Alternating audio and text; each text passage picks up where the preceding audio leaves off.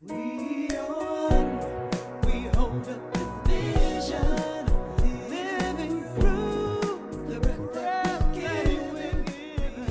Big hugs, everyone, and welcome to Pass the Mic.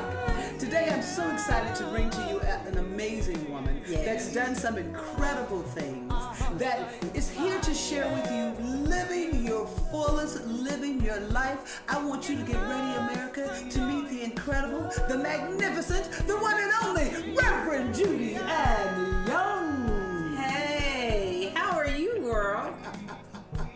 After all that, that's all I get. After all that, I don't know. You know how animated you want me to be. I mean, you know, what else is a girl to say? You done said I was incredible, fantastic, fabulous. All I can say is amen. Amen. Let the church say amen. Amen. Amen. What's our song today?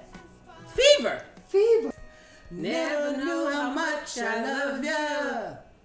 Never knew how much I care.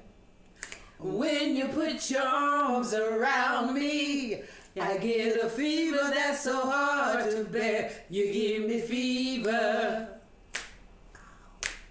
When you kiss me, fever when you hold me tight.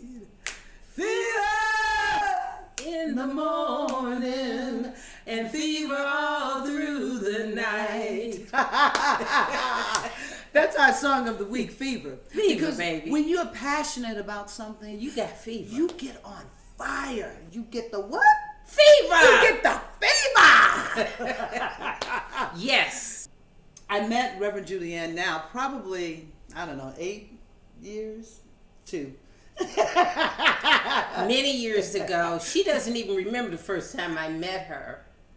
I met her at a Revelations conference in LA. Oh, okay. And she was singing, "Listen, somebody's calling my name." Yeah. And at the time, I was doing a cross-country motorcycle ride, and I asked real motorcycle, wrong motorcycle. We talking the big ass. I'm gonna show y'all a picture of it. It's beautiful. I asked her, would she sing for a fundraiser we were doing, and without missing a beat, she didn't know me. She said yes. And what I really enjoyed about Reverend Judy Ann, her presence was so big, and she stood in that presence. You were shining, big time. Still am. Now, That is. I know you heard motorcycle, so we're gonna jump in there because yes, she doesn't do a leisure kind of motorcycle, little moped. No, this is a real Harley. This is a roadster, baby. I am a dyed-in-the-wool, dedicated, committed motorcyclist. What was your first bike that you got? My first bike was a 2001 Harley Davidson 1200 Custom Sportster. And it Now, was wait a minute. red. That was your first bike? That was my first bike. You don't go to a Honda, to a Yamaha. No. You My went to first the king. bike. I went to a small Harley Davidson, and I rode this bike for about a year until a friend of mine said, "Well, you ride my bike and I'll ride yours." And that's like the ultimate trust to ride someone's bike. Now, mind you, he was a little fella. And I got on his bike, and I looked at him on my bike, and he looked like he was all over this motorcycle. And I said, wait a minute. If he looks like that on that bike, what do I look like? Next week, I wouldn't buy me a new motorcycle. I bought a great big Harley at the time. And I said, I want to look good. I want to ride good. And I didn't realize until I went to a bigger bike that when you play a big game of life, it's easier to keep it rolling. Once you get it up and get it balanced, the ride is smooth. Went to a big bike, oh baby, I was rolling thunder. I was nothing nice. Riding gangster like the fellas. So all my playmates were men. But that, I was used to that because I came out of the oil industry. and 23 years of hanging out with nothing but men every day, day in, day out. And I was the only woman. Whoa. That was my background. So now, did you do the oil industry in Alaska? I did the Trans-Alaska Pipeline for 20 years. My goodness. What did you do there? I went into an apprenticeship program, and they were so excited to have me. They didn't A tell woman me, and a black. an outspoken black woman. They didn't tell me I was integrating this industry. Oh, wow. I was the first black female they had working for BP Amoco at the time, Okay. out in the trenches. Oh, my goodness. And I With didn't- the oil? With the oil. It would come up from the wells and it came into this processing unit. Okay. And we would, like having a gas, a can of soda pop with oil in it. Uh-huh. The gas would come off the top, the oil would come out of the middle, and the water we would extrapolate and it would come out of the bottom because it was a Wow. heavier weight. And I was working in this processing facility. Huh. And that was my introduction to the oil industry. Oh, my goodness. And I did that for 20 years. Isn't that beautiful? Well, I was in a 4-year apprenticeship program. Okay. And I graduated from the program, and they revolutionized the oil industry and computerized it. Okay. And I had come out of the computer department. Oh, okay. So my skill set came around to meet me. Ahead of the game. Hey, I was in it to win it, baby. Because I was the only one that had a computer background. Oh, my goodness. So I ended up teaching that to the guys. Where they were used to going out, opening valves manually. Right. I was showing them how to do it electronically. Isn't that using a beautiful? keyboard and symbols and diagrams and whatever. And so it was really a good experience. Wow, that's so awesome. What was it like living in Alaska? I grew up in Alaska, and you know, it's so funny because the movie The Green Book came out. Okay. Yes. My mother drove to Alaska with 2 little girls in the 1950s. Oh. The Green Book was out, but they didn't have a route to Alaska. So my mother talked to other black people who had gone there. My Wow. dad was there working construction, and he had called her and told her, I'll come back to San Francisco and get you and the girls. Right. Well, then he called and said, well, we're working 14 hours a day, 16 hours a day. I can't come back till next spring. She said, I'll drive up to you. Strong woman. My mother got in a car in San Francisco Wow. in 1956 with 2 little girls, and she drove 3,000 miles from San Francisco to Anchorage, Alaska. My goodness. No GPS, no cell phone, Wow. no Green Book. No Green Book, right. My mother had a tattered cookbook because she had been a cook all of her life.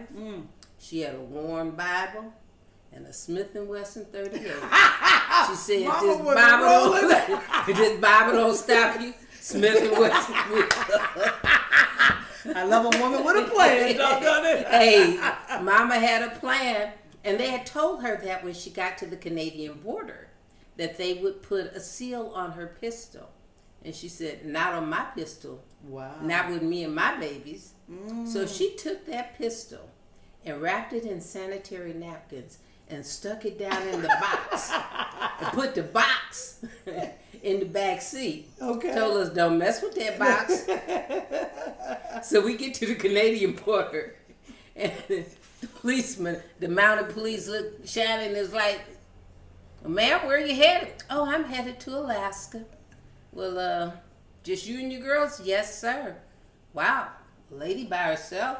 Yes. She had a Bible open on the front seat. The Lord's gonna take care of us. He said, ma'am, can I look in your trunk? Oh, yes, officer. He looked in the trunk. Well, he looked back at that box, and Mama was looking back at us. And we knew, don't even look at the purple box with the flower on it. When we got away from the border, Yeah. my mother pulled over, took a pistol out, stuck it back up under her Bible, and we continued our journey. Isn't that something? It took us 8 days to drive from San Francisco Wow. to Anchorage, Alaska. There were no freeways. Well, how? There were just roads, but Just there were no. roads. And the Alaskan highway, the Alaskan highway, was the Alaska Canadian highway, was unpaved, so it was a very Wow. slow drive. Wow. And did I mention my mother had only gone through the 6th grade? So she wasn't formally educated, Yeah. but she was sharp. Yeah, she had wit. She had mother wit, is what they called it back that's then. what they called it back then. Now, did you guys? I know she had to pull over. How did you guys rest? Because people that had gone before told her where to stop. Wow. And you know, before we got all sophisticated, indigenous people, Yes. we communicated and shared information. We had to. It was Yeah. called survival. Yeah. So people had told her where she could stop, where they would be friendly, and so she knew this. Ah. So that's where we stopped. That's where we stayed. But just in case we had to stay in the car, Mom had packed some fried chicken, some pound cake. Oh, we wasn't gonna be hungry. There's a lot of things gonna happen, but we wasn't gonna be hungry. That wasn't gonna be it. So she had a basket in the front seat with her, and my sister and I had a couple of toys in the back seat. Isn't that beautiful? And she drove from San Francisco to Anchorage, Alaska. She was a trailblazer. Absolutely. And so you didn't shy away. I didn't shy away from anything because I never knew limitation in that regard. That's so powerful. My mom did amazing things. My mom was practicing yoga. Really? I didn't know that's what they called it Yeah. until I was like in my 30s and a friend said, I'm going to take you to a yoga class. I said, okay.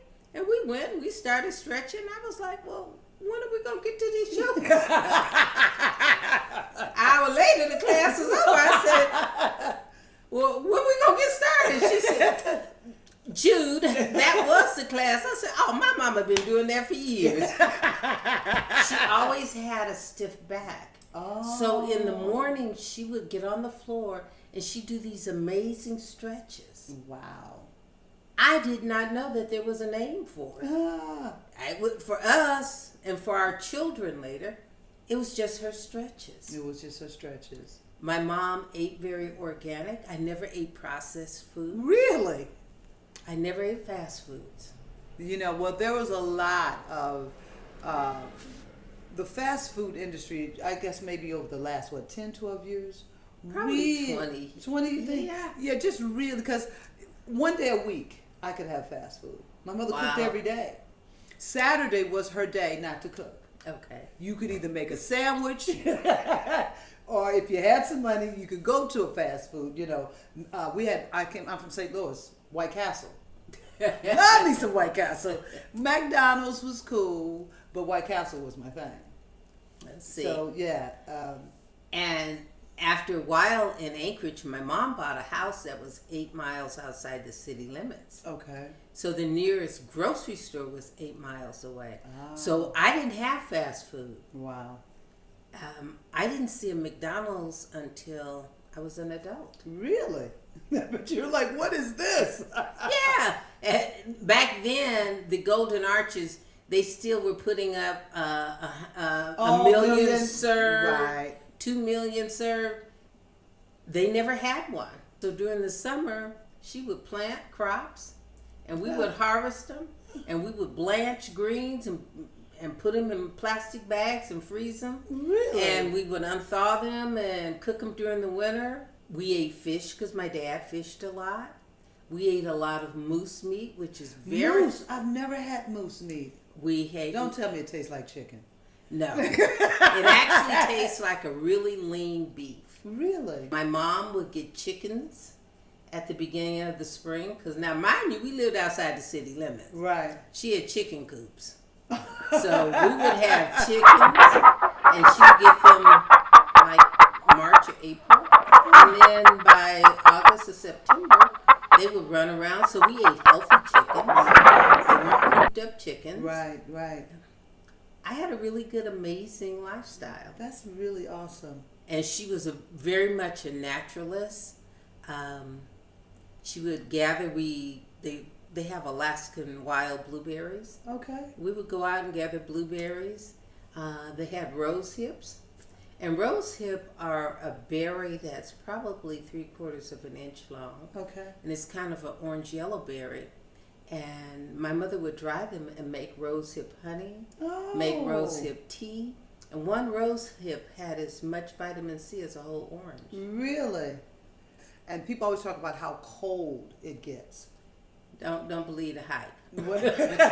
There are parts of Alaska that are really, really cold. Okay. And they're cold most of the year.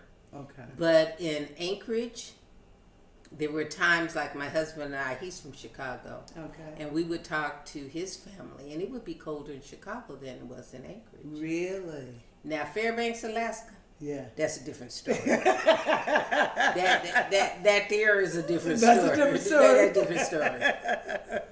That is cold. But conversely, in the summertime in Fairbanks, it's like it'll get up to 95 degrees. Oh, really? Yeah. That's hot. That's nice. That's Mhm. nice. Okay, so you've been in Alaska. That's your home. That's where you're raised from.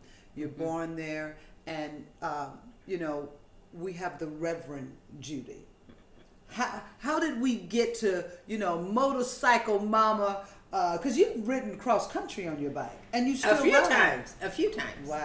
Wow. Okay, how we got to Reverend. I grew up in the Baptist church.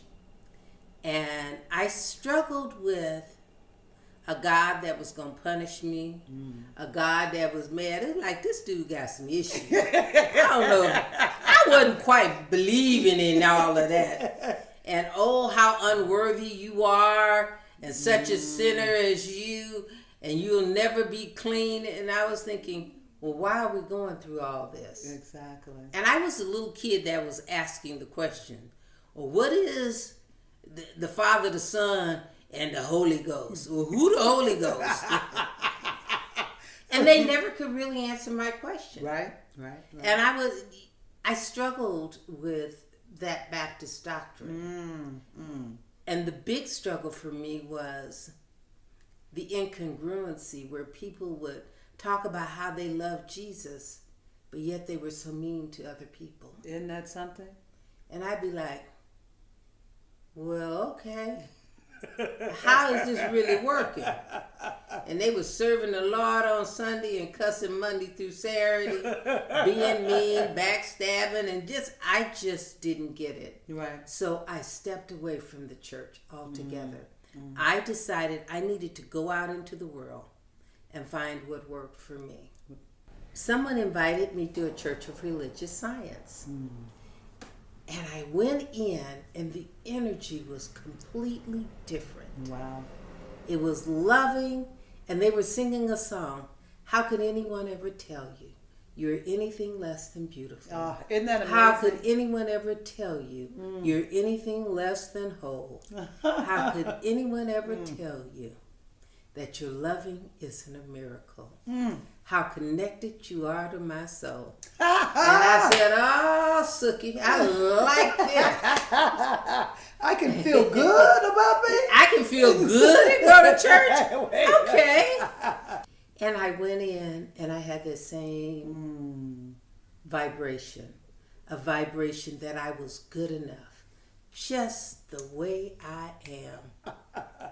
And I said, I like that. Yes. So I started taking classes because they were saying, take classes and find out how life really works. Exactly. How you can find the joy in life. Yes. How you can accept responsibility and really create an amazing life. Well, backtracking, I had started creating an amazing life because I had started studying under people like Robert Kiyosaki. Okay. Rich Dad, Poor Dad. Yeah. But back in the 80s, he did a seminar called Money and You. And it had nothing really to do about money, but it had to do about your relationship to life and how your attitude really dictates what you get out of life. Isn't that powerful? It was super powerful. Yeah. I mean, when you look at it, there is, whether you call it spiritual or not, when you look at people that are living a quality life, that essence of having a consciousness a mindset, a thought process that's filled with joy and love and laughter, that's consistent. It is consistent. It's consistent. And the one thing that I came away learning is, if you don't like what you're getting, baby, change what you're doing and take responsibility. I quit being That's a big one. a victim and realized if there's something going on that I don't like in my life, Yes. I'm not a victim, I'm a volunteer. I'm signing up for that. Yeah, I like that. Not a victim, a volunteer. I got real clear. I did not want to sign up and volunteer for things that didn't feel good. Powerful. So I stopped volunteering. Yeah, yeah.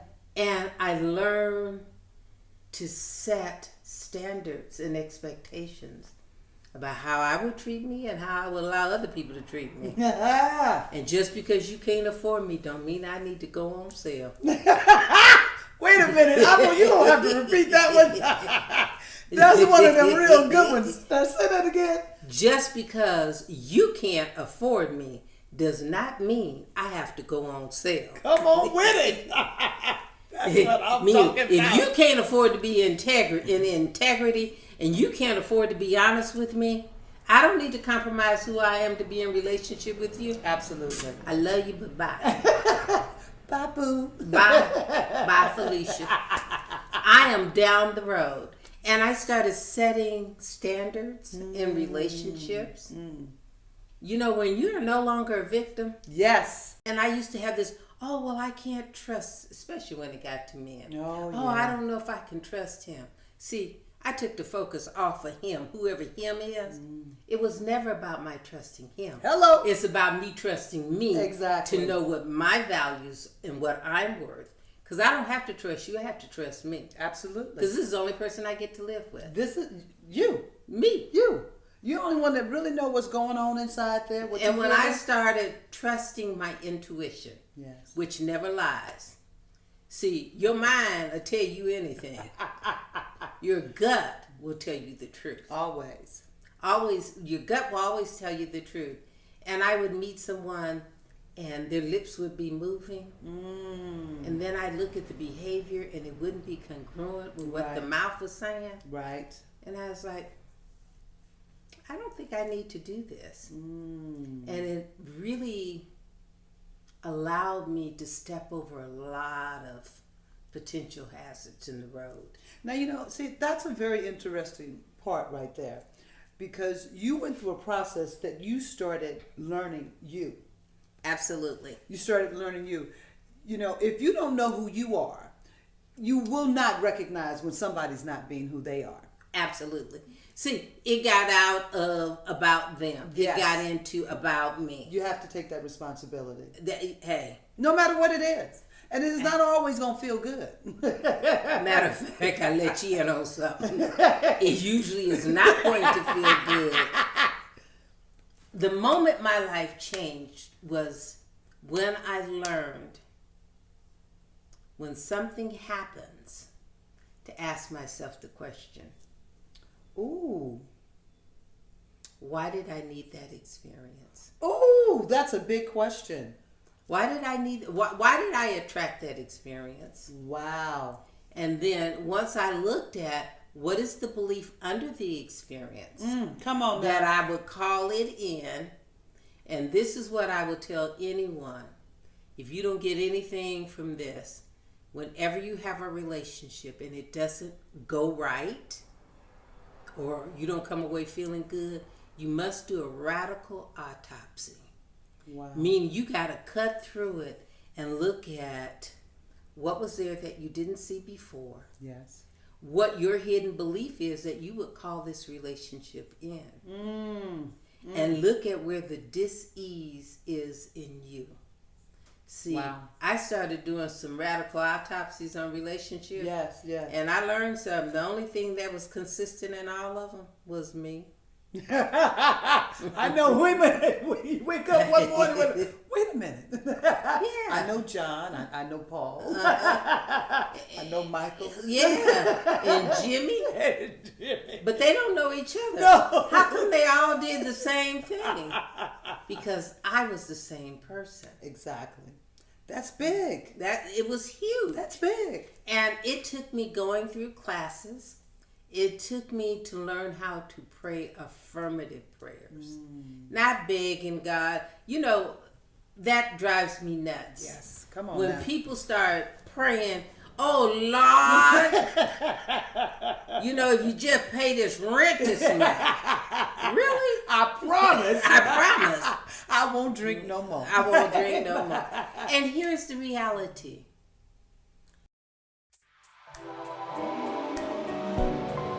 Thank you for joining us on Pass the Mic.